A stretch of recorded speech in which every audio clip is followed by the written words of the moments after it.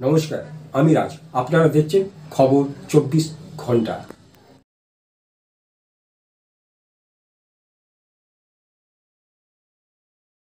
আরেকজনের সঙ্গে না, আমাদের এখানে আমি তো আমার ধুপগুড়ির বাড়ি থেকে আমার গ্রামের বাড়িতে এলাম ভোট দেওয়ার জন্য।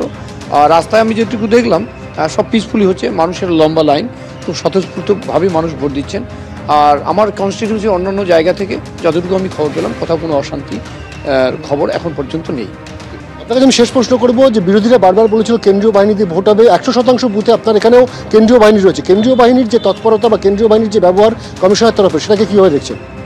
না, কিছু কিছু জায়গায় ঠিক আছে, কিন্তু কিছু কিছু জায়গায় কেন্দ্রীয় বাহিনীর একটা ওদের প্রোঅ্যাক্টিভনেস আমরা দেখি যে অতি সক্রিয়তা, সেটাও দেখা যায়। তাতে আমাদের গ্রামের, বিশেষ করে গ্রামের মানুষরা তারা একটু ভীত সন্ত্রস্ত হয়ে যায়।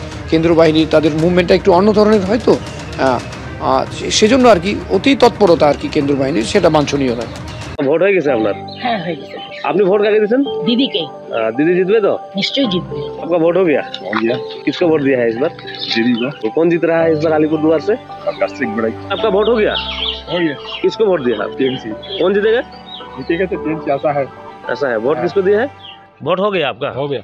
कहाँ वोट दिया आप? टीएमसी। कौन जीत रहा है इस बार अलीपुर द्वार में?